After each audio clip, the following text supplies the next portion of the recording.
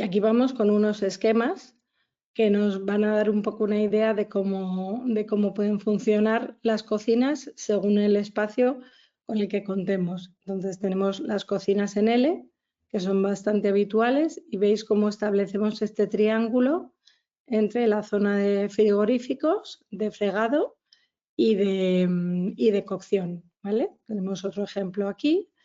Tenemos cocinas en línea con dos frentes enfrentados. Y luego, a ver, pues evidentemente nos encontramos muchas casas, sobre todo hoy en día que no contamos con tanto espacio, donde vamos a tener una cocina completamente en línea. Bueno, pues es lo que hay, o sea, no podemos hacer otra cosa. No es lo ideal, pero funcionará porque tampoco será una cocina muy grande por lo general. Pero siempre que podamos es mejor generar espacios en L, espacios enfrentados o incluso en forma de U, que es ideal. ¿Vale? Y luego tenemos la posible cocina con isla. Entonces, en este caso hay que tener en cuenta también que el triángulo no se encuentre con grandes obstáculos. Si estos fuegos los lleváramos a esta zona de aquí, el triángulo ya no funcionaría porque tendríamos que dar la vuelta a la isla para dirigirnos a la zona de cocción y ya sería, perdón, de fregadero, y ya sería bastante más incómodo. Entonces, bueno, tenemos que vigilar un poco que los recorridos, al final esto, como yo digo, es un poco de sentido común, pero hay que vigilar que los recorridos dentro de la cocina pues sean cómodos y no sean excesivamente largos a la hora de preparar los alimentos. Aquí tenemos un esquema donde nos indica un poco los espacios principales que hay que tener en cuenta a la hora de organizar una cocina. Los consumibles, que sería tanto zona de despensa como zona de frigorífico. Los no consumibles, el menaje, limpieza, que sería fregadero y lavavajillas. Toda la zona de preparación, al final aquí tenemos encimeras, tenemos muebles donde tenemos otra serie de elementos y de cacharros que nos van a hacer falta a la hora de preparar los alimentos, pues las tablas de cortar, los morteros, cualquier tipo de elemento de este tipo. La zona de cocción, donde idealmente tendremos también unas gavetas con los cazos y las sartenes. Y la zona de cocción incluiría horno y microondas. Es cierto que en los estudios como anteriores, ¿no? Hasta hace años, se indicaba que esta zona de horno no debería de ir junto con la de frigo. Hoy en día, pues por necesidades del espacio y porque la evolución de los electrodomésticos y los aislamientos lo permiten, lo normal es poner junta la columna de frío y la columna del horno. ¿Ideal o no ideal? Bueno, pues cuando el espacio no nos permite nada más que hacer una zona de horno, o sea, una zona de columnas, pues lo podemos hacer así, no hay tampoco mayor problema. Aunque no sea lo ideal, funciona bien.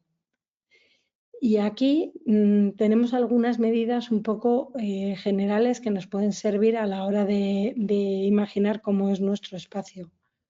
Tenemos que tener en cuenta que los muebles de cocina, los muebles bajos son de 60, siempre que tengamos que albergar fregaderos, siempre que tengamos que albergar una placa.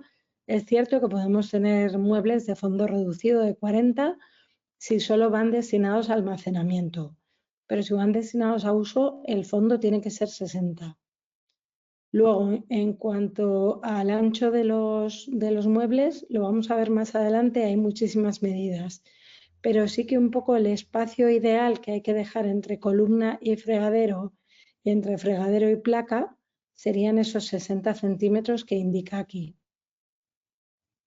Luego, si tenemos una isla o unos muebles enfrentados, esto nos valdría también si tenemos dos zonas de muebles, el espacio que debemos dejar entre ellos es entre 90 y 1,20. Si no hay mucha gente utilizando la cocina, esta es una isla, pues es un poco como esta aquí, ¿no? De desayunos, tal, que no es necesariamente de preparación. 90 estaría bien. A veces mucho espacio tampoco es tan cómodo, que es, como digo yo, pasito y medio, ¿vale? Luego la isla, podéis ver aquí las medidas. A ver, ¿puede ser de 60? Sí, puede ser de 60, que es lo que tienen los muebles. pero si queremos hacer una isla, el fondo idealmente debería ser al menos de 90 para volar una barra donde podamos desayunar y para que estéticamente quede equilibrada. Pero bueno, lo vamos a ver en ejemplos más adelante. La isla podría tener hasta 1,20, 1,40 perfectamente si tenemos espacio. Y luego los pasos laterales, pues aquí podríamos hacer solo un paso, que sería este de aquí, y pegar esta isla a la pared, o podemos dejar dos pasos, pues eso, entre 60 y 80 mínimo. Vamos un poco con las medidas ergonómicas de los muebles. Aquí hay una evolución de los estándares en la medida. Esto pasa también en los baños y al final es porque en general la población ha ido cogiendo más altura. Entonces el estándar antes de altura estaba entre 1,50 y 1,74 y las cocinas se dejaban más bien la encimera terminada a 80 centímetros. ¿Vale? Hoy en día la población es más alta y este estándar ha subido hasta los 90. Pero estos dos dibujos lo que os quieren mostrar también es que a veces no hay por qué atarse a los estándares, sino que podemos diseñar la cocina en base a quién la va a usar. Si es una familia donde todos miden por encima del 1,85 m, pues igual nuestra encimera es mejor subirla en vez de al 90, que es el estándar actual, dejarla a 95, incluso a 98. Y sin embargo, si todos son más bajitos, pues podemos volver a bajarla un poquito a las alturas que teníamos antes. Lo que sí debemos respetar es la altura de 60 centímetros entre los muebles bajos y los muebles altos y tener en cuenta que los muebles altos siempre son de menor fondo, son de fondo 35. ¿Vale? La altura de los muebles altos también es variable. Dependiendo de que los queramos hasta el techo o los queramos un poquito más abajo, pues esto un poco en función del modelo, la altura varía entre 70 y 90, pero como os digo, esto puede ser incluso un poquito diferente. Aquí tenemos un esquema que, bueno, es válido hasta cierto punto porque hoy en día es verdad que se ha ampliado mucho las posibilidades y las alturas que tenemos de gavetas, de cajones, de puertas, pero sí que hay algo que tenemos que tener en cuenta aquí y es esta medida. Las cajas de los muebles, la caja tiene 80 centímetros. Por debajo tenemos una pata que regulamos en altura y por encima tenemos la encimera, la tapa, que suele ser pues eso, de piedra, de porcelánico. Entonces, la horquilla de medida está aquí. El zócalo podemos hacerlo de 4 centímetros, de 6, de 8, de 10, de 12, porque vamos a jugar con las patas. Lo normal es unos 8 centímetros y la encimera, pues hoy en día que utilizamos mucho porcelánico, es lo que más se pone, suele venir en 12 milímetros o 20 milímetros. Con lo cual, si dejamos 8 de zócalo, 80 de mueble y 2 de tapa, ya tendríamos los 90. Pero vamos, que quien dice 90 dice 91, 92, 89.